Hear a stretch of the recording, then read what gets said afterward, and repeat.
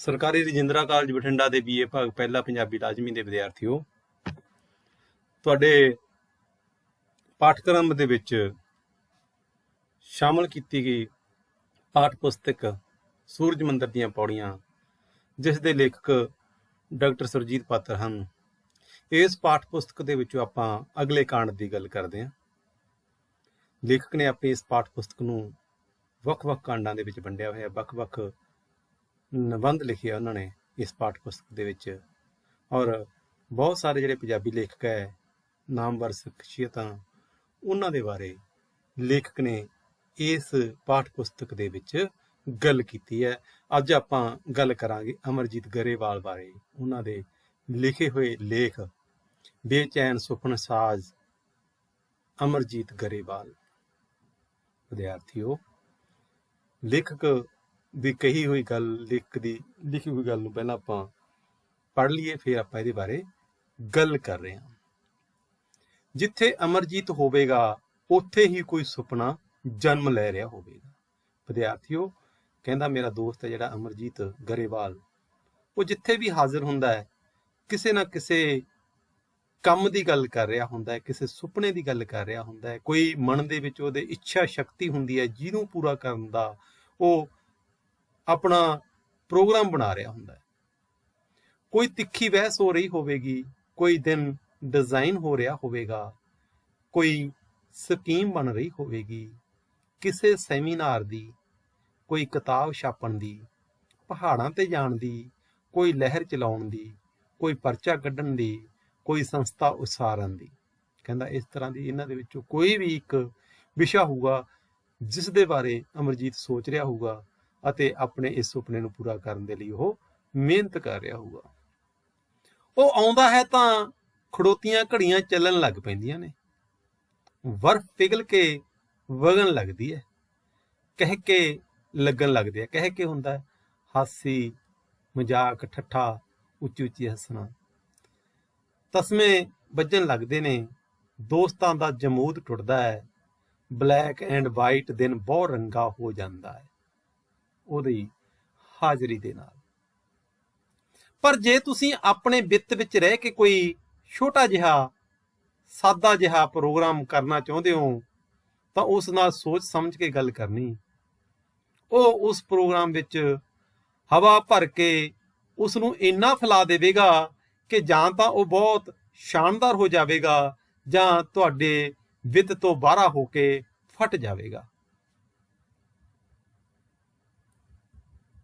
ਤੁਸੀਂ ਉਸ ਨਾਲ ਕਵੀ ਦਰਬਾਰ ਕਰਵਾਉਣ ਦੀ ਗੱਲ ਕਰੋ ਤਾਂ ਉਹ ਕਵੀ ਦਰਬਾਰ ਪਹਿਲਾਂ ਭਾਰਤੀ ਕਵਿਤਾ ਉਤਸਵ, ਫਿਰ ਭਾਰਤੀ ਤੋਂ ਏਸ਼ੀਅਨ, ਫਿਰ ਏਸ਼ੀਅਨ ਤੋਂ ਵਿਸ਼ਵ ਕਵਿਤਾ ਉਤਸਵ ਹੋ ਜਾਵੇਗਾ। ਸੁਪਨੇ ਏਡੇ ਏਡੇ ਹੈ। ਕਦੇ ਕਹਿੰਦਾ ਤੁਸੀਂ ਲੋਕਲ ਕਵੀ ਦਰਬਾਰ ਦੀ ਗੱਲ ਹੀ ਕਰੋ, ਤੇ ਉਹ ਕਹਿੰਦਾ ਕਵੀ ਦਰਬਾਰ ਹੈ ਜਿਹੜਾ ਉਹ ਭਾਰਤ ਲੈਵਲ ਦਾ, ਇੰਡੀਆ ਲੈਵਲ ਦਾ, ਦੇਸ਼ ਪੱਧਰ ਦਾ ਕਵੀ ਦਰਬਾਰ ਦੀ ਗੱਲ ਕਰਨੀ ਸ਼ੁਰੂ ਕਰ ਦੂਗਾ। ਫਿਰ ਕਹਿੰਦਾ ਭਾਰਤ ਤੋਂ ਅੱਗੇ ਏਸ਼ੀਅਨ ਕਵੀ ਦਰਬਾਰ ਦੀ ਗੱਲ ਸ਼ੁਰੂ ਕਰ ਦੂਗਾ, ਜਿਹਦੇ ਵਿੱਚ ਏਸ਼ੀਆ ਦੇ ਸਾਰੇ ਦੇਸ਼ ਆਉਂਦੇ ਆ, ਉਹਨਾਂ ਸਾਰੀਆਂ ਭਾਸ਼ਾਵਾਂ ਦਾ ਇੱਕ ਕਵੀ ਦਰਬਾਰ ਕਰਾਇਆ ਜਾਵੇ। ਫਿਰ ਉਹ ਕਹਿੰਦਾ ਨਹੀਂ, ਸਾਰੇ ਵਿਸ਼ਵ ਦੀ ਕਵਿਤਾ ਦਾ ਉਤਸਵ ਹੀ ਨਾ ਹੋ ਜਾਵੇ, ਇਹੀ ਕਿਉਂ ਨਾ ਮਨਾਈਏ ਆਪਾਂ। ਗੁੰਟਰ ਗ੍ਰਾਸ ਉਸ ਦਾ ਉਦਘਾਟਨ ਕਰ ਰਿਹਾ ਹੋਵੇਗਾ। ਸਿਮ ਬੋਰਕਸਾ ਪ੍ਰਧਾਨਗੀ ਤੇ ਸੀਤਾਕਾਂਤ ਮਹਾਪਾਤਰ ਸਵਾਗਤੀ ਭਾਸ਼ਣ ਦਿਆ ਹੋਵੇਗਾ। ਇਹ ਵੱਖ-ਵੱਖ ਵਿਦਵਾਨ ਜਿਹੜੇ ਇਹਨਾਂ ਦੇ ਵਿੱਚ ਆਪਣਾ ਕੰਮ ਕਰ ਰਹੇ ਹੈ, ਕੋਈ ਉਦਘਾਟਨ ਕਰੂਗਾ, ਕੋਈ ਉਹਦੀ ਪ੍ਰਧਾਨਗੀ ਕਰ ਰਿਹਾ ਹੋਊਗਾ, ਕੋਈ ਉਹਦਾ ਸਵਾਗਤੀ ਭਾਸ਼ਣ ਪੜ੍ਹ ਰਿਹਾ ਹੋਵੇਗਾ। ਤੁਸੀਂ ਉਸਨੂੰ ਥੋੜਾ ਜਿਹਾ ਹੋਰ ਟਾਈਮ ਦੇਵੋ ਤਾਂ ਚਿਰਾਂ ਦੇ ਸਵਰਗਵਾਸੀ ਕਵੀ ਵੀ ਉਸ ਉਤਸਵ ਵਿੱਚ ਆਪਣੀਆਂ ਕਵਿਤਾਵਾਂ ਪੜ੍ਹ ਸਕਦੇ ਹਨ, ਕਿਉਂਕਿ ਇਸ ਗੱਲ ਦੀ ਪੂਰੀ ਸੰਭਾਵਨਾ ਹੈ ਕਿ ਸਪੇਸ ਵਿੱਚ ਅਜੇ ਕਿਤੇ ਨਾ ਕਿਤੇ ਉਹਨਾਂ ਦੇ ਬਿੰਬ ਤੇ ਆਵਾਜ਼ਾਂ ਕਿਸੇ ਨਾ ਕਿਸੇ ਮਾਧਿਅਮ ਵਿੱਚ ਪਈਆਂ ਹੋਣ। ਇਸ ਤੋਂ ਬਾਅਦ ਸਾਰੀ ਬਹਿਸ ਟਾਈਮ ਤੇ ਸਪੇਸ ਵੱਲ ਰਵਾਨਾ ਹੋ ਜਾਵੇਗੀ। ਪਰ ਇਸ ਸਾਰੇ ਮਹਾਂਖਲਾਰੇ ਵਿੱਚ ਇੱਕ ਸ਼ਾਨਦਾਰ 2 ਰੋਜ਼ਾ ਪੰਜਾਬੀ ਕਵਿਤਾ ਉਤਸਵ ਤਾਂ ਨਿਕਲ ਹੀ ਆਵੇਗਾ। ਸਾਰੀ ਬਹਿਸ ਤੋਂ ਬਾਅਦ ਨਿਚੋੜੇ ਹੋਊਗਾ ਕਿ ਕਿਤੇ ਨਾ ਕਿਤੇ 2 ਰੋਜ਼ਾ ਪੰਜਾਬੀ ਕਵਿਤਾ ਦਾ ਇੱਕ ਸ਼ਾਨਦਾਰ ਪ੍ਰੋਗਰਾਮ ਉਲੀਕਿਆ ਜਾਵੇਗਾ। ਸਰਕਾਰਾਂ, ਪਾਰਟੀਆਂ, ਕਵੀਆਂ ਸਿਧਾਂਤਾਂ ਨੂੰ ਲੈ ਕੇ ਬੜੀਆਂ ਖੁੰਖਾਰ ਬਹਿਸਾਂ ਨੇ ਸਾਡੀਆਂ ਸ਼ਾਮਾਂ ਨੂੰ ਸਵੇਰਿਆਂ ਵਿੱਚ ਬਦਲਿਆ ਹੈ ਤੇ ਸਵੇਰਿਆਂ ਨੂੰ ਸ਼ਾਮਾਂ ਵਿੱਚ। ਉਸ ਨਾਲ ਕਿਸੇ ਬਹਿਸ ਵਿੱਚ ਪੈ ਕੇ ਹੀ ਤੁਸੀਂ ਉਸ ਦੀ ਸ਼ਖਸੀਅਤ ਨੂੰ ਪੂਰੀ ਤਰ੍ਹਾਂ ਜਾਣ ਸਕਦੇ ਹੋ। ਉਹ ਸੰਕਲਪਾਂ ਤੇ ਸਿਧਾਂਤਾਂ ਬਾਰੇ ਸਾਡੇ ਬਹੁਤ ਸਾਰੇ ਆਲੋਚਕਾਂ ਨਾਲੋਂ ਵਧੇਰੇ ਸਪਸ਼ਟ ਹੈ। ਨਵੀਨ ਗਿਆਨ ਪ੍ਰਬੰਧਾਂ ਬਾਰੇ ਸਾਡੇ ਸਭ ਤੋਂ ਵੱਧ ਸੁਚੇਤ ਸਾਹਿਤ ਚਿੰਤਕਾਂ ਵਿੱਚ ਉਸ ਦਾ ਨਾਮ ਸ਼ੁਮਾਰ ਹੁੰਦਾ ਹੈ। ਉਹ ਬਣੀਆਂ ਬਣਾਈਆਂ ਧਾਰਨਾਵਾਂ ਨੂੰ ਬਹੁਤ ਪ੍ਰਭਾਵਸ਼ਾਲੀ ਢੰਗ ਨਾਲ ਤੋੜਨ ਦੇ ਸਮਰੱਥ ਹੈ। ਇਹ ਉਹਦੀ ਪ੍ਰਾਪਤੀ ਹੈ, ਇਹ ਉਹਦੇ ਸੁਭਾਅ ਦਾ ਇੱਕ ਅੰਗ ਹੈ, ਇਹ ਉਹਦੀ ਸਮਰੱਥਾ ਹੈ। ਚੀਜ਼ਾਂ, ਘਟਨਾਵਾਂ ਤੇ ਰਿਸ਼ਤਿਆਂ ਦੀ ਤਹਿ ਵਿੱਚ ਉਤਰਨ ਲਈ ਉਹ ਦੁਨੀਆ ਵਿੱਚ ਹੋ ਰਹੀਆਂ ਨਵੀਨਤਮ ਖੋਜਾਂ ਨਾਲ ਜੁੜਿਆ ਰਹਿੰਦਾ ਹੈ। ਉਸ ਨੂੰ ਮੈਂ ਕਦੇ ਕੋਈ ਨਾਵਲ ਪੜ੍ਹਦਿਆਂ ਨਹੀਂ ਦੇਖਿਆ। ਉਹ ਸਿਰਫ ਚਿੰਤਨ ਦੀਆਂ ਕਿਤਾਬਾਂ ਖਰੀਦਦਾ ਹੈ ਤੇ ਪੜ੍ਹਦਾ ਹੈ। ਜੇ ਤੁਸੀਂ ਉਸ ਨਾਲ ਦਿੱਲੀ ਕਿਤਾਬਾਂ ਦੀ ਦੁਕਾਨ ਬੁੱਕ ਬਰਮ ਤੇ ਜਾਓ ਤਾਂ ਵਾਪਸੀ ਟਿਕਟਾਂ ਦੇ ਪੈਸੇ ਕਿਸੇ ਗੁਪਤ ਜੇਬ ਵਿੱਚ ਰੱਖੋ, ਕਿਉਂਕਿ ਸਾਰੇ ਕਹਿੰਦਾ ਉਹ ਉੱਥੇ ਖਰਚ ਕਰ ਦੇਊਗਾ। 1976 ਈਸਵੀ ਵਿੱਚ ਜਦੋਂ ਉਹ ਅਜੇ 22-23 ਸਾਲਾਂ ਦਾ ਸੀ, ਉਸਨੇ ਮੇਰੀ ਕਵਿਤਾ ਹੁਣ ਘਰਾਂ ਨੂੰ ਪਰਤਣ ਬਾਰੇ ਇੱਕ ਪੂਰੀ ਕਿਤਾਬ ਲਿਖ ਕੇ ਸਾਨੂੰ ਸਭ ਨੂੰ ਹੈਰਾਨ ਕਰ ਦਿੱਤਾ। ਇਹ ਲੇਖਕ ਦੀ ਕਵਿਤਾ ਹੁਣ ਘਰਾਂ ਨੂੰ ਪਰਤਣਾ ਮੁਸ਼ਕਲ ਹੈ। ਉਸ ਦੇ ਬਾਰੇ ਇੱਕ ਪੂਰੀ ਦੀ ਪੂਰੀ ਕਹਿੰਦਾ ਕਿਤਾਬ ਲਿਖ ਕੇ ਸਾਰਿਆਂ ਨੂੰ ਹੈਰਾਨ ਕਰ ਦਿੱਤਾ। ਦੇਖੋ ਵਿਦਿਆਰਥੀਓ, 1953-54 ਦੇ ਵਿੱਚ ਇਸ ਬੰਦੇ ਦਾ ਜਨਮ ਹੋਇਆ ਸੀ, ਅਮਰਜੀਤ ਗਰੇਵਾਲ ਦਾ, ਕਿਉਂਕਿ 1976 ਦੇ ਵਿੱਚ 22-23 ਸਾਲ ਦਾ ਸੀਗਾ ਇਹ। ਕਿਸੇ ਕਵਿਤਾ ਨੂੰ ਇੰਨੇ ਕੋਣਾਂ ਤੋਂ ਵੀ ਦੇਖਿਆ ਜਾ ਸਕਦਾ ਹੈ। ਸਾਨੂੰ ਪਹਿਲੀ ਵਾਰ ਪਤਾ ਲੱਗਿਆ ਕਿ ਇੱਕ ਕਵਿਤਾ ਹੈ ਜਿਹੜੀ ਉਹਨੂੰ ਕਿਸ ਢੰਗ ਦੇ ਨਾਲ ਵਾਚਿਆ ਜਾ ਸਕਦਾ ਹੈ, ਕਿਸ ਢੰਗ ਦੇ ਨਾਲ ਉਹਦੇ ਤੇ ਗੱਲ ਕੀਤੀ ਜਾ ਸਕਦੀ ਹੈ। ਪਹਿਲੀ ਵਾਰੀ ਅਸੀਂ ਇਸ ਚੀਜ਼ ਨੂੰ ਮਹਿਸੂਸ ਕੀਤਾ। ਉਦੋਂ ਤੋਂ ਲੈ ਕੇ ਹੁਣ ਤੱਕ ਉਸ ਦੀ ਹੈਰਾਨ ਕਰਨ ਦੀ ਸਮਰੱਥਾ ਵੱਧਦੀ ਹੀ ਗਈ ਹੈ ਤੇ ਕਦੀ-ਕਦੀ ਚਾਹਿਆ ਅਣਚਾਹਿਆ ਇਸ ਹੈਰਾਨੀ ਨਾਲ ਪਰੇਸ਼ਾਨ ਵੀ ਜੁੜ ਜਾਂਦਾ ਹੈ। ਅਮਰਜੀਤ ਦਾ ਨਾਮ ਦੋਸਤਾਂ ਨੇ ਬੇਚੈਨ ਸੁਪਨ ਸਾਜ ਰੱਖਿਆ ਹੋਇਆ ਹੈ। ਉਂਝ ਤਾਂ ਅਸੀਂ ਸਾਰੇ ਹੀ ਸੁਪਨੇ ਲੈਂਦੇ ਹਾਂ, ਪਰ ਅਮਰਜੀਤ ਦਾ ਤੇ ਸਾਡਾ ਇੱਕ ਫਰਕ ਇਹ ਹੈ ਕਿ ਉਹ ਬਹੁਤ ਵੱਡੇ ਸੁਪਨੇ ਲੈਂਦਾ ਹੈ। ਮਸਲਨ ਇੱਕ ਸ਼ਾਮ ਉਹਨੇ ਮੈਨੂੰ ਪੰਜਾਬ ਦਾ ਮੁੱਖ ਮੰਤਰੀ ਬਣਾਤਾ। ਪੰਜਾਬ ਸੰਕਟ ਦੇ ਦਿਨ ਸਨ। ਉਸਨੇ ਸਾਰੀ ਪੁਰਾਣੀ ਲੀਡਰਸ਼ਿਪ ਨੂੰ ਬਦਲਣ ਦਾ ਸੁਪਨਾ ਲੈ ਲਿਆ। ਇੱਕ ਨਵੀਂ ਪਾਰਟੀ ਬਣਾਉਣ ਦਾ ਇਹ ਸੁਪਨਾ ਸੀ ਉਹਦਾ। ਸਾਰੇ ਨੌਜਵਾਨਾਂ ਨੂੰ ਨਾਲ ਲੈਣ ਦਾ ਸ਼ੁਕਰ ਹੈ ਦੂਜੀ ਸਵੇਰ ਉਹ ਕਿਸੇ ਹੋਰ ਸੁਪਨੇ ਨਾਲ ਲੈਸ ਸੀ, ਨਹੀਂ ਤਾਂ ਸਾਡੀਆਂ ਸਾਰਿਆਂ ਦੀਆਂ ਜਵਾਨਤਾਂ ਜ਼ਬਤ ਹੋ ਜਾਂਦੀਆਂ ਸੀ। ਕਹਿੰਦਾ ਕਿ ਉਹ ਜਿਹੜਾ ਪਹਿਲਾ ਸੀਗਾ ਵੀ ਨਵੀਂ ਪਾਰਟੀ ਬਣਾਵਾਂਗੇ, ਜਿਹੜੇ ਨੌਜਵਾਨ ਲੋਕ ਆ ਸਾਰੇ ਇਹਦੇ ਵਿੱਚ ਸ਼ਾਮਲ ਹੋਣਗੇ, ਤੇ ਮੈਨੂੰ ਕਹਿੰਦਾ ਇੱਕ ਫਿਕਰ ਜਿਹਾ ਸੀ, ਪਰ ਦੂਜੇ ਦਿਨ ਜੋ ਦੇਖਿਆ ਉਹ ਪਹਿਲਾ ਸੁਪਨਾ ਭੁੱਲ ਗਿਆ ਸੀ ਤੇ ਨਵੇਂ ਸੁਪਨੇ ਨਾਲ ਉਹ ਬੇਚੈਨ ਸੀ, ਭਾਵ ਇੱਕ ਨਵਾਂ ਸੁਪਨਾ ਲੈ ਰਿਹਾ ਸੀ। ਨਹੀਂ ਤਾਂ ਕਹਿੰਦਾ ਕਿ ਜੇਕਰ ਅਸੀਂ ਕਿਸੇ ਪਾਰਟੀ ਨੂੰ ਬਣਾ ਕੇ ਖੜੇ ਹੋ ਜਾਂਦੇ ਤਾਂ ਸਾਡੀ ਸਾਰਿਆਂ ਦੀ ਜ਼ਮਾਨਤਾਂ ਵੋਟਾਂ ਦੇ ਵਿੱਚ ਜ਼ਬਤ ਹੋ ਜਾਣੀ ਸੀ। ਦੂਜਾ ਫਰਕ ਇਹ ਹੈ ਕਿ ਜਿਹੜਾ ਸੁਪਨਾ ਅਮਰਜੀਤ ਲੈ ਰਿਹਾ ਹੋਵੇ ਉਸ ਦੀ ਤਮੀਰ ਲਈ ਉਹ ਉਸੇ ਵੇਲੇ ਬੇਚੈਨ ਹੋ ਜਾਂਦਾ ਹੈ। ਆਪ ਹੀ ਨਹੀਂ, ਸਾਨੂੰ ਸਾਰਿਆਂ ਨੂੰ ਬੇਚੈਨ ਕਰ ਦਿੰਦਾ। ਉਸੇ ਵੇਲੇ ਟੈਲੀਫੋਨ ਖੜਕਣੇ ਸ਼ੁਰੂ ਹੋ ਜਾਂਦੇ ਨੇ, ਪੈਡ ਡਿਜ਼ਾਈਨ ਹੋਣ ਲੱਗ ਪੈਂਦਾ ਹੈ, ਸ਼ਾਮਲ ਕੀਤੇ ਜਾਣ ਵਾਲਿਆਂ ਦੀਆਂ ਲਿਸਟਾਂ ਬਣਨੇ ਸ਼ੁਰੂ ਹੋ ਜਾਂਦੀਆਂ ਨੇ। ਸਾਰੀ ਦੁਨੀਆ ਦੇ ਸਾਰੇ ਕੰਮ ਫਜ਼ੂਲ ਹੋ ਜਾਂਦੇ ਹਨ। ਉਹ ਉਸ ਵੇਲੇ ਦੁਨੀਆ ਦਾ ਸਭ ਤੋਂ ਮਹੱਤਵਪੂਰਨ ਕੰਮ ਉਹ ਸੁਪਨਾ ਹੀ ਹੁੰਦਾ ਹੈ। ਜਿਹੜਾ ਸੁਪਨਾ ਉਸ ਸਮੇਂ ਲੈ ਰਿਹਾ ਹੁੰਦਾ ਨਾ, ਦੁਨੀਆ ਦੇ ਵਿੱਚ ਸਭ ਤੋਂ ਮਹੱਤਵਪੂਰਨ ਕੰਮ ਉਹ ਹੁੰਦਾ ਹੈ। ਬਾਕੀ ਸਾਰੇ ਕੰਮ ਗੌਣ ਹੋ ਜਾਂਦੇ ਆ, ਫਜ਼ੂਲ ਹੋ ਜਾਂਦੇ ਆ। ਇਹੋ ਜਿਹਾ ਸੁਪਨਸਾਜ਼ ਹੈ ਸੀਗਾ ਨਾ ਮੇਰਾ ਦੋਸਤ ਹੈ ਜਿਹੜਾ। ਉਸਦੀ ਸੁਪਨਸਾਜੀ ਦਾ ਪ੍ਰਮੁੱਖ ਖੇਤਰ ਸ਼ਬਦਾਂ ਦੀ ਦੁਨੀਆ ਹੈ ਤੇ ਇਹ ਸ਼ਬਦ ਨਾਟਕਕਾਰੀ ਤੇ ਫਿਲਮਸਾਜੀ ਤੋਂ ਲੈ ਕੇ ਕਲਾ, ਆਲੋਚਨਾ, ਸੱਭਿਆਚਾਰਕ ਚਿੰਤਨ, ਸਮਕਾਲੀ ਰਾਜਨੀਤੀ, ਵਿਸ਼ਵੀਕਰਨ ਅਤੇ ਸਰਵਕਾਲੀ ਆਦਿ ਜੁਗਾਦੀ ਸਰੋਕਾਰਾਂ ਤੱਕ ਫੈਲੇ ਹੋਏ ਹਨ। ਅਸਲ ਵਿੱਚ ਅਮਰਜੀਤ ਹਮੇਸ਼ਾ ਕਿਸੇ ਇਹੋ ਜਿਹੀ ਥਾਂ ਦੀ ਤਲਾਸ਼ ਵਿੱਚ ਰਹਿੰਦਾ ਹੈ ਜਿੱਥੇ ਲੀਵਰ ਟਿਕਾ ਕੇ ਉਹ ਧਰਤੀ ਨੂੰ ਹਿਲਾ ਸਕੇ। ਅਕਸਰ ਉਸ ਨੂੰ ਉਹ ਥਾਂ ਲੱਭ ਹੀ ਪੈਂਦੀ ਹੈ ਤੇ ਅਕਸਰ ਉਹ ਧਰਤੀ ਹਿਲਾ ਦਿੰਦਾ ਹੈ। ਨਾਟਕਕਾਰੀ ਉਸ ਦੀ ਰੂਹ ਵਿੱਚ ਹੈ। ਉਹ ਤੁਹਾਨੂੰ ਅਚਾਨਕ ਮਿਲੇਗਾ ਤੇ ਤੁਹਾਨੂੰ ਇਉਂ ਮਹਿਸੂਸ ਕਰਵਾ ਦੇਗਾ ਕਿ ਉਹ ਤੁਹਾਨੂੰ ਹੀ ਲੱਭ ਰਿਹਾ ਸੀ। ਬੇਸ਼ੱਕ ਉਹ ਤੁਹਾਥੋਂ ਬਚਣ ਦੀ ਖਾਤਰ ਹੀ ਇਸ ਡਾਂਡੇ ਮੀੜੇ ਰਸਤੇ ਤੇ ਆ ਰਿਹਾ ਹੋਵੇ ਜਿਸ ਤੇ ਤੁਸੀਂ ਉਸ ਨੂੰ ਉਸ ਦੀ ਕੋਸ਼ਿਸ਼ ਦੇ ਬਾਵਜੂਦ ਮਿਲ ਪਏ। ਕੋਈ ਕੁੜੀ ਉਸ ਨੂੰ ਦੱਸੇ ਕਿ ਸੰਗੀਤ ਵਿੱਚ 7 ਸੁਰਾਂ ਹੁੰਦੀਆਂ ਹਨ, ਉਹ ਉਸ ਨੂੰ ਖੁਸ਼ ਕਰਨ ਲਈ ਹੈਰਾਨ ਹੋ ਜਾਵੇਗਾ। ਅੱਛਾ, 7 ਸੁਰਾਂ? ਹਾਰਮੋਨੀਅਮ ਤੇ ਤਾਂ ਕਈ ਸੁਰਾਂ ਹੁੰਦੀਆਂ। ਕੁੜੀ ਵਿਚਾਰੀ ਉਸ ਨੂੰ ਸਮਝਾਉਣ ਦੀ ਖਾਤਰ ਆਪਣਾ ਪੈਂਡਾ ਖੋਟਾ ਕਰ ਲਵੇਗੀ ਤੇ ਅਮਰਜੀਤ ਆਪਣਾ ਸਫ਼ਰ ਦਿਲਚਸਪ ਬਣਾ ਰਿਹਾ ਹੋਵੇਗਾ। ਇੱਕ ਵਕਤ ਉਸਨੇ ਬੜੇ ਖੂਬਸੂਰਤ ਨਾਟਕ ਲਿਖੇ। 2 ਘੜੀਆਂ ਦਾ ਨਾਟਕ ਵਾਪਸੀ ਚੂਹਾ ਦੌੜ, ਇਹ 2 ਨਾਟਕ ਸੀ। 2 ਘੜੀਆਂ ਦਾ ਨਾਟਕ ਤੇ ਵਾਪਸੀ ਚੂਹਾ ਦੌੜ। ਉਸਨੇ ਨਾਟਕਾਂ ਦੀ ਦੁਨੀਆ ਵਿੱਚ ਆਪਣਾ ਸਿੱਕਾ ਮਣਵਾ ਲਿਆ। ਮੈਂ ਸਮਝਦਾ ਹੀ ਹਾਂ, ਵਾਪਸੀ ਅਤੇ ਚੂਹੇ ਦੌੜ ਵਿਸ਼ਵ ਪੱਧਰ ਦੇ ਨਾਟਕ ਹਨ। ਭਾਰਤੀ ਸਾਹਿਤ ਅਕਾਦਮੀ ਤੋਂ ਪ੍ਰਕਾਸ਼ਿਤ ਹੋਣ ਵਾਲੇ ਤ੍ਰੈਮਾਸਿਕ ਸਮਕਾਲੀ ਭਾਰਤੀ ਸਾਹਿਤ ਉਸਦੇ ਨਾਟਕ ਚੂਹੇ ਦੌੜ ਦਾ ਹਿੰਦੀ ਅਨੁਵਾਦ ਪ੍ਰਕਾਸ਼ਿਤ ਕਰਦਿਆਂ ਉਸਦੇ ਸੰਪਾਦਕ ਮਸ਼ਹੂਰ ਹਿੰਦੀ ਕਹਾਣੀਕਾਰ ਸ਼ਾਨੀ ਨੇ ਉਸਨੂੰ ਇੱਕ ਸ੍ਰੇਸ਼ਟ ਨਾਟਕ ਤਸਲੀਮ ਕੀਤਾ। ਮੰਨ ਲਿਆ ਵੀ ਇਹ ਨਾਟਕ ਹੈ ਉਸ ਸਮੇਂ ਦਾ ਸਰਵੋਤਮ ਨਾਟਕ ਹੈ। ਕਈ ਭਾਰਤੀ ਭਾਸ਼ਾਵਾਂ ਦੇ ਲੇਖਕਾਂ ਵੱਲੋਂ ਉਸਨੂੰ ਅਨੁਵਾਦ ਦੀ ਅਨੁਮਤੀ ਲਈ ਖੱਤ ਆਏ, ਪਰ ਉਹਨਾਂ ਖੱਤਾਂ ਦੇ ਜਵਾਬ ਦੇਣ ਤੋਂ ਪਹਿਲਾਂ ਹੀ ਅਮਰਜੀਤ ਲੀਵਰ ਉਠਾ ਕੇ ਧਰਤੀ ਹਿਲਾਉਣ ਲਈ ਕਿਸੇ ਹੋਰ ਥਾਂ ਦੀ ਤਲਾਸ਼ ਵਿੱਚ ਜਾ ਚੁੱਕਾ ਸੀ। ਕੋਈ ਹੋਰ ਸੁਪਨਾ ਲੈਣ ਲੱਗ ਪਿਆ ਸੀ। ਕਹਿੰਦਾ ਉਹ ਬੰਦਾ ਜਿਹੜਾ ਇੱਕ ਕੰਮ ਕਰਦਾ ਸੀ, ਉਦੋਂ ਬਾਅਦ ਅਗਲੇ ਕੰਮ ਦੇ ਬਾਰੇ ਸੋਚਣਾ ਸ਼ੁਰੂ ਕਰ ਦਿੰਦਾ ਸੀ, ਕੋਈ ਅਗਲਾ ਸੁਪਨਾ ਸ਼ੁਰੂ ਕਰ ਦਿੰਦਾ ਸੀ। ਅਸਲ ਗੱਲ ਇਹ ਹੈ ਕਿ ਅਕਸਰ ਉਸਦੇ ਮਨ ਵਿੱਚ ਘਟਨਾਵਾਂ ਬਿਆਨਣ ਜਾਂ ਉਹਨਾਂ ਦਾ ਵਿਸ਼ਲੇਸ਼ਣ ਕਰਨ ਦੀ ਥਾਂ ਘਟਨਾਵਾਂ ਸਿਰਜਣ ਦੀ ਬਲੇਲ ਉੱਠ ਪੈਂਦੀ। ਇਸ ਤਰ੍ਹਾਂ ਦੀ ਸੋਚ ਉੱਠਦੀ ਸੀ ਉਹਦੇ ਮਨ ਦੇ ਵਿੱਚ।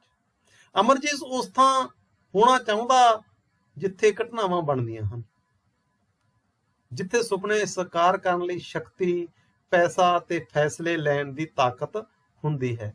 ਉਸ ਥਾਂ ਦੀ ਤਲਾਸ਼ ਕਰਦਾ ਕਰਦਾ ਇੱਕ ਵਾਰ ਅਮਰਜੀਤ ਅਧਿਆਤਮਵਾਦੀ ਹੋ ਗਿਆ। ਉਸਨੂੰ ਲੱਗਿਆ ਕਿ ਉਹ ਥਾਂ ਤਾਂ ਆਪ ਪਰਮਾਤਮਾ ਹੀ ਹੈ। ਜੇ ਕਿਤੇ ਪਰਮਾਤਮਾ ਨਾਲ ਉਸਦੀ ਮੁਲਾਕਾਤ ਹੋ ਜਾਂਦੀ ਤਾਂ ਉਹ ਉਸਨੂੰ ਵੀ ਕਈ ਨਵੀਆਂ ਸਕੀਮਾਂ ਤੇ ਸੁਪਨੇ ਦੇ ਆਉਂਦਾ। 19 ਦਿਨੀ ਅਮਰਜੀਤ ਨੇ ਕੰਦਮੂਲ ਆਪਣਾ ਆਹਾਰ ਬਣਾ ਲਿਆ। ਕੰਦਮੂਲ ਹੁੰਦਾ ਜੜੀਆਂ ਬੂਟੀਆਂ, ਜਿਹੜੀਆਂ ਧਰਤੀ ਦੇ ਵਿੱਚ ਜਾਂ ਦਰਖਤਾਂ ਦੇ ਵਿੱਚ ਲੱਗਣ ਵਾਲੇ ਸਾਰੀਆਂ ਚੀਜ਼ਾਂ ਨੂੰ ਕੰਦਮੂਲ ਕਹਿ ਦਿੰਦੇ ਆ, ਜਿਹਦੇ ਵਿੱਚ ਅੰਨ ਨਾ ਸ਼ਾਮਲ ਹੋਵੇ, ਕਹਿਣ ਦਾ ਭਾਵ ਇਹ ਹੈ। ਉਹ ਪੱਕਾ ਵੈਸ਼ਨੋ ਤੇ ਸੋਫੀ ਹੋ ਕੇ ਸਾਤਵਿਕ ਭੋਜਨ ਖਾਣ ਲੱਗਾ। ਉਸਦੇ ਬੋਲਾਂ ਵਿੱਚੋਂ ਇੱਥੋਂ ਤੱਕ ਕਿ ਉਹਦੇ ਹਾਸੇ ਵਿੱਚੋਂ ਵੀ ਸਾਤਵਿਕਤਾ ਝਰਨ ਲੱਗੀ। ਅਸੀਂ ਇੱਕ ਬਿਲਕੁਲ ਨਵਾਂ ਅਮਰਜੀਤ ਦੇਖਿਆ। ਦੋਸਤ ਉਸਦੇ ਕੋਲ ਬੈਠੇ ਸ਼ਰਾਬ ਪੀਂਦੇ ਰਹਿੰਦੇ, ਨਿੰਦਿਆ ਕਰਦੇ ਰਹਿੰਦੇ, ਕੁਫਰ ਤੋਲਦੇ ਰਹਿੰਦੇ। ਅਮਰਜੀਤ ਨਿੰਮਾ ਨਿੰਮਾ ਮੁਸਕਰਾਉਂਦਾ ਰਹਿੰਦਾ। ਅਸੀਂ ਉਸਦਾ ਨਾਮ ਬ੍ਰਹਮ ਵਿਗਿਆਨੀ ਰੱਖ ਦਿੱਤਾ। ਅਸੀਂ ਉਸਨੂੰ ਦੂਰ ਦੇਵੀ ਪਹਾੜੀਆਂ ਪਿੱਛੇ ਲੋਪ ਹੁੰਦਾ ਦੇਖਣ ਲੱਗੇ। ਮੈਂ ਸ਼ੁਭ ਨੂੰ ਕਹਿੰਦਾ, ਸ਼ੁਭ ਦੇਖ, ਅਮਰਜੀਤ ਦਾ ਕਾਇਆ ਕਲਪ ਹੋ ਗਿਆ ਹੈ। ਸ਼ੁਭ ਕਹਿੰਦਾ, ਨਹੀਂ ਪਾਤਰ, ਇਹ ਆਪਣਾ ਉਹੀ ਅਮਰਜੀਤ ਹੈ, ਤੂੰ ਦੇਖ ਲਈ, ਇਹ ਇੱਕ ਦਿਨ ਮੁੜੂ। ਇਵੇਂ ਹੋਇਆ। ਸਾਤਵਿਕ ਚਿਹਰੇ ਨੇ ਇੱਕ ਦਿਨ ਫਿਲਮ ਦੇਖਣ ਦੀ ਇੱਛਾ ਜ਼ਾਹਿਰ ਕੀਤੀ। ਦੋਸਤਾਂ ਵਿੱਚ ਖੁਸ਼ੀ ਦੀ ਲਹਿਰ ਦੌੜ ਗਈ। ਅਮਰਜੀਤ ਮੁੜ ਆਇਆ। ਕਹਿੰਦਾ ਵੀ ਉਹ ਆਪਣੇ ਜਿਹੜਾ ਉਹਨੇ ਫੈਸਲਾ ਲਿੱਤਾ ਸੀਗਾ, ਮੈਂ ਸਾਰੀ ਦੁਨੀਆ ਤਿਆਗ ਕੇ ਸਾਤਵਿਕ ਭੋਜਨ ਖਾਊਂਗਾ, ਕੰਦਮੂਲ ਖਾਊਂਗਾ ਤੇ ਹੋਰ ਦੁਨੀਆ ਦੀ ਕਿਸੇ ਚੀਜ਼ ਕਰਨੀ ਨਹੀਂ ਚਾਹੂੰਗਾ। ਤੇ ਇੱਕ ਦਿਨ ਉਹਦੇ ਮਨ ਦੇ ਵਿੱਚ ਫੁਰਨਾ ਫੁਰਿਆ ਕਿ ਮੈਂ ਫਿਲਮ ਦੇਖਣੀ ਚਾਹੁੰਦਾ। ਦੋਸਤਾਂ ਦੇ ਵਿੱਚ, ਸਾਡੇ ਮਿੱਤਰਾਂ ਦੇ ਵਿੱਚ ਸਾਡੇ ਖੁਸ਼ੀ ਦੀ ਲਹਿਰ ਦੌੜ ਗਈ ਕਿ ਅਮਰਜੀਤ ਵਾਪਸ ਦੁਨੀਆ ਦੇ ਵਿੱਚ ਮੁੜ ਆਇਆ। ਅਮਰਜੀਤ ਮੁੜ ਆਇਆ। ਉਸ ਦਿਨ ਨਿੰਦਿਆ ਦਰਬਾਰਾਂ ਦਾ ਸਵਾਦ ਅੱਧਿਓਂ ਅੱਧਾ ਰਹਿ ਗਿਆ ਸੀ। ਕੋਈ ਕਹਿੰਦਾ ਸਾਡੇ ਵਿਸ਼ਵਾਮਿੱਤਰ ਦੀ ਸਮਾਧੀ ਕਿਸੇ ਬੇਨਕਾ ਨੇ ਭੰਗ ਕਰ ਦਿੱਤੀ। ਕੋਈ ਕਹਿੰਦਾ ਦੁਨੀਆ ਦੀਆਂ ਚੀਕਾਂ ਪੁਕਾਰਾਂ ਸੁਣ ਕੇ ਅਵਲੋਕਿਤੇਸ਼ਵਰ ਦਾ ਨਿਰਵਾਣ ਖੰਡਿਤ ਹੋ ਗਿਆ। ਅਮਰਜੀਤ ਸਾਤਵਿਕਤਾ ਦੇ ਸਫ਼ਰ ਤੋਂ ਮੁੜ ਆਇਆ, ਪਰ ਸਾਤਵਿਕਤਾ ਦੇ ਸਫ਼ਰ ਤੋਂ ਉਹ ਕੁਝ ਗੱਲਾਂ ਲੈ ਕੇ ਵੀ ਆਇਆ। ਉਸਨੇ ਮੀਟ ਖਾਣਾ ਹਮੇਸ਼ਾ ਲਈ ਤਿਆਗ ਦਿੱਤਾ। ਇਹ ਖਿਆਲ ਵੀ ਸ਼ਾਇਦ ਉਹ ਸਾਤਵਿਕਤਾ ਦੇ ਸਫ਼ਰ ਤੋਂ ਲੈ ਕੇ ਆਇਆ ਕਿ ਸਾਡੇ ਬੁੱਧੀਜੀਵੀ ਬਹੁਤ ਦੇਰ ਤੋਂ ਸਮਾਜ ਵਿੱਚ ਧਰਮ ਤੇ ਕਾਰਕ ਨੂੰ ਅਣਗੌਲਿਆਂ ਕਰਦੇ ਆਏ ਹਨ, ਜਦ ਕਿ ਰਾਜਨੀਤੀ, ਸਮਾਜ ਅਤੇ ਸੱਭਿਆਚਾਰ ਵਿੱਚ ਧਰਮ ਦਾ ਬਹੁਤ ਨਿਰਣਾਕਾਰੀ ਰੋਲ ਹੈ। ਇਸ ਪ੍ਰਤੀ ਉਦਾਸੀਨ ਰਹਿ ਕੇ ਅਸੀਂ ਆਪਣੇ ਲੋਕਾਂ ਤੋਂ ਵੀ ਟੁੱਟ ਜਾਂਦੇ ਹਾਂ। ਅਜੋਕੇ ਸਮਾਜ ਵਿੱਚ ਰਹਿੰਦਿਆਂ ਜੇ ਅਸੀਂ ਗੁਰਬਾਣੀ ਦੀ ਪੁਨਰ ਵਿਆਖਿਆ ਨਹੀਂ ਕਰਦੇ ਤਾਂ ਅਸੀਂ ਬੁੱਧੀਜੀਵੀਆਂ ਦੇ ਤੌਰ ਤੇ ਆਪਣੇ ਜਹਾਨ ਦੇ ਇੱਕ ਬੇਹੱਦ ਅਹਿਮ ਪਹਿਲੂ ਪ੍ਰਤੀ ਬੇਮੁਖ ਰਹਿੰਦੇ ਹਾਂ। ਗੁਰਦੁਆਰਾ ਗੁਰੂ ਗਿਆਨ ਪ੍ਰਕਾਸ਼ ਜਵੱਦੀ ਟਕਸਾਲੇ ਵਾਲੇ ਬਾਬਾ ਸੁੱਚਾ ਸਿੰਘ ਹੋਰਾਂ ਦੀ ਅਗਵਾਈ ਵਿੱਚ ਅਮਰਜੀਤ ਗਰੇਵਾਲ ਨੇ ਸਾਰੇ ਪੰਜਾਬੀ ਬੁੱਧੀਜੀਵੀਆਂ ਵਿੱਚ ਇੱਕ ਨਵੀਂ ਲਹਿਰ ਪੈਦਾ ਕਰ ਦਿੱਤੀ। ਵਿਸਮਾਦ ਨਾਦ ਨਾਮ ਦਾ ਬਹੁਤ ਵਧੀਆ ਰਸਾਲਾ ਸ਼ੁਰੂ ਹੋਇਆ। ਸ਼ਬਦ, ਮਨ ਅਤੇ ਦੇਹੀ ਬਾਰੇ ਅੰਤਰਰਾਸ਼ਟਰੀ ਪੱਧਰ ਦੇ ਸ਼ਾਨਦਾਰ ਸੈਮੀਨਾਰ ਹੋਏ। ਅਦੁੱਤੀ ਕੀਰਤਨ ਦਰਬਾਰ ਹੋਏ। ਰਾਗ ਆਧਾਰਿਤ ਗੁਰਬਾਣੀ ਕੈਸਟਾਂ ਦੇ ਸੈੱਟ ਤਿਆਰ ਹੋਏ। ਬਾਬਾ ਸੁੱਚਾ ਸਿੰਘ ਹੋਰਾਂ ਦੀ ਛਤਰ ਛਾਇਆ ਤੇ ਅਮਰਜੀਤ ਦੇ ਸੁਪਨਿਆਂ ਤੇ ਯੋਜਨਾਵਾਂ ਸਦਕਾ ਪੁਨਰ ਜਾਗਰਤੀ ਜਿਹਾ ਕੁਝ ਵਾਪਰ ਰਿਹਾ ਸੀ। ਇੱਕ ਨਵੀਂ ਚੇਤਨਾ ਜਨਮ ਲੈ ਰਹੀ ਸੀ। ਸੰਗੀਤ, ਸੰਵਾਦ, ਸਰਬ ਸਾਂਝ ਤੇ ਚਿੰਤਨ ਨਾਲ ਜੁੜੀ ਮਹਾਨ ਸਿੱਖ ਪਰੰਪਰਾ ਭਾਰਤ ਦੇ ਸਾਰੇ ਬੁੱਧੀਜੀਵੀਆਂ ਲਈ ਜਿਗਿਆਸਾ ਤੇ ਪ੍ਰੇਰਨਾ ਦਾ ਸਰੋਤ ਬਣ ਰਹੀ ਸੀ ਕਿ ਅਚਾਨਕ ਵਿਸਮਾਦ ਨਾਦ ਵਿੱਚ ਛਪੇ ਅਮਰਜੀਤ ਦੇ ਇੱਕ ਲੇਖ ਨੂੰ ਲੈ ਕੇ ਬਹੁਤ ਵੱਡਾ ਵਿਵਾਦ ਛਿੜ ਪਿਆ। ਧਰਮ ਦੇ ਬਾਰੇ ਕੋਈ ਗੱਲ ਕਰਤੀ ਇਸ ਤਰ੍ਹਾਂ ਦੀ ਜਿਹਦੇ ਤੇ ਵਿਵਾਦ ਖੜਾ ਹੋ ਗਿਆ। ਗੱਲ ਅਕਾਲ ਤਖਤ ਤੱਕ ਪਹੁੰਚ ਗਈ।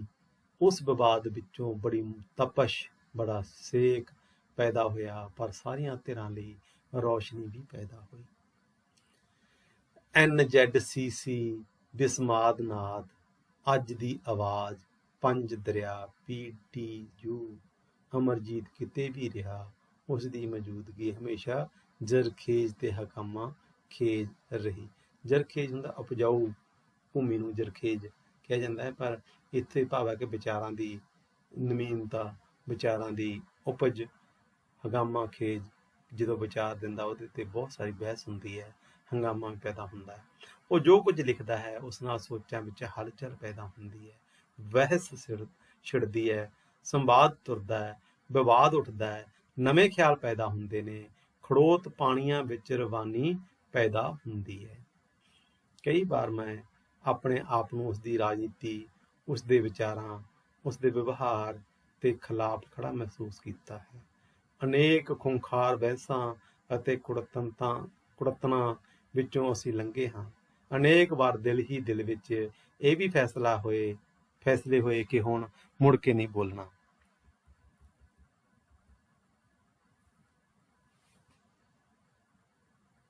ਪਰ ਫਿਰ ਵੀ ਕੁਝ ਹੈ ਕਿ ਅਚਾਨਕ ਇੱਕ ਦਿਨ ਅਸੀਂ ਦੇਖਦੇ ਹਾਂ ਕਿ ਫਿਰ ਕੋਈ ਨਵਾਂ ਸੁਪਨਾ ਸਾਨੂੰ ਕਰੀਬ ਲੈ ਆਇਆ। ਅਸੀਂ ਸੋਚਦੇ ਹਾਂ ਇੰਨਾ ਚਿਰ ਅਸੀਂ ਕਿਉਂ ਵਿਛੜੇ ਰਹੇ।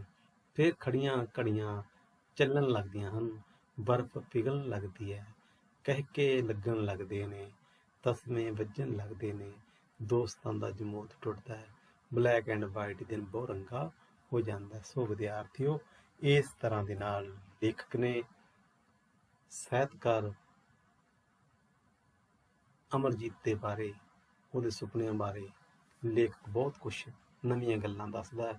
ਔਰ ਸੁਰਜੀਤ ਪਾਤਰ ਦੀ ਵਿਸ਼ੇਸ਼ਤਾ ਹੈ ਕਿ ਉਹ ਆਪਣੀ ਵਾਰਤਕ ਰਾਹੀਂ ਵੀ ਕਵਿਤਾ ਦੀ ਤਰ੍ਹਾਂ ਇੱਕ ਇਸ ਤਰ੍ਹਾਂ ਦਾ ਵਿਸਮਾਦ ਖੜਾ ਕਰਦਾ, ਇਸ ਤਰ੍ਹਾਂ ਦੀ ਗੱਲ ਪੇਸ਼ ਕਰਦਾ ਹੈ ਕਿ ਤੁਹਾਨੂੰ ਵਾਰਤਕ ਪੜ੍ਹਦੇ ਮਹਿਸੂਸ ਹੋਊਗਾ ਕਿ ਜਿਵੇਂ ਅਸੀਂ ਕਵਿਤਾ ਪੜ੍ਹ ਰਹੇ ਹੋਈਏ। ਇਸ ਚੈਪਟਰ ਦੇ ਵਿੱਚ ਜਾਂ ਇਸ ਕਾਂਡ ਦੇ ਵਿੱਚ ਕਵੀ ਨੇ, ਲੇਖਕ ਨੇ, ਸੁਰਜੀਤ ਪਾਤਰ ਨੇ ਆਪਣੇ ਦੋਸਤ ਅਮਰਜੀਤ ਗਰੇਵਾਲ ਬਾਰੇ ਦੱਸਿਆ, ਉਹਦੇ ਸੁਪਨਿਆਂ ਬਾਰੇ ਦੱਸਿਆ ਕਿਸ ਤਰ੍ਹਾਂ ਦੇ ਉਹ ਸੁਪਨੇ ਲੈਂਦਾ ਹੈ, ਕਿਸ ਢੰਗ ਨਾਲ ਉਹਨਾਂ ਸੁਪਨਿਆਂ ਨੂੰ ਪੂਰਾ ਕਰਨ ਦੀ ਖਾਤਰ ਮਿਹਨਤ ਕਰਦਾ ਹੈ। ਇਹ ਸਾਰੇ ਵਿਚਾਰ ਚਰਚਾ ਇਸ ਨਿਬੰਧ ਦੇ ਵਿੱਚ, ਇਸ ਕਾਂਡ ਦੇ ਵਿੱਚ ਪੇਸ਼ ਕੀਤੀ ਹੈ। ਵਿਦਿਆਰਥੀਓ, ਅੱਜ ਦਾ ਆਪਣਾ ਲੈਕਚਰ ਇੱਥੇ ਖਤਮ ਹੁੰਦਾ ਹੈ। ਅਗਲੇ ਦਿਨਾਂ ਦੇ ਵਿੱਚ ਆਪਾਂ ਇਸੇ ਪਾਠ ਪੁਸਤਕ ਦੇ ਵਿੱਚੋਂ ਬਾਕੀ ਨਿਬੰਧਾਂ ਦੀ ਗੱਲ ਕਰਾਂਗੇ। ਤੁਸੀਂ ਇਸ ਨੂੰ ਧਿਆਨ ਨਾਲ ਸੁਣ ਲਿਓ ਤੇ ਵਾਪਸੀ ਦੇ ਵਿੱਚ ਮੈਨੂੰ ਇਹਦੇ ਬਾਰੇ ਪ੍ਰਤੀਕਰਮ ਜ਼ਰੂਰ ਭੇਜੋਗੇ।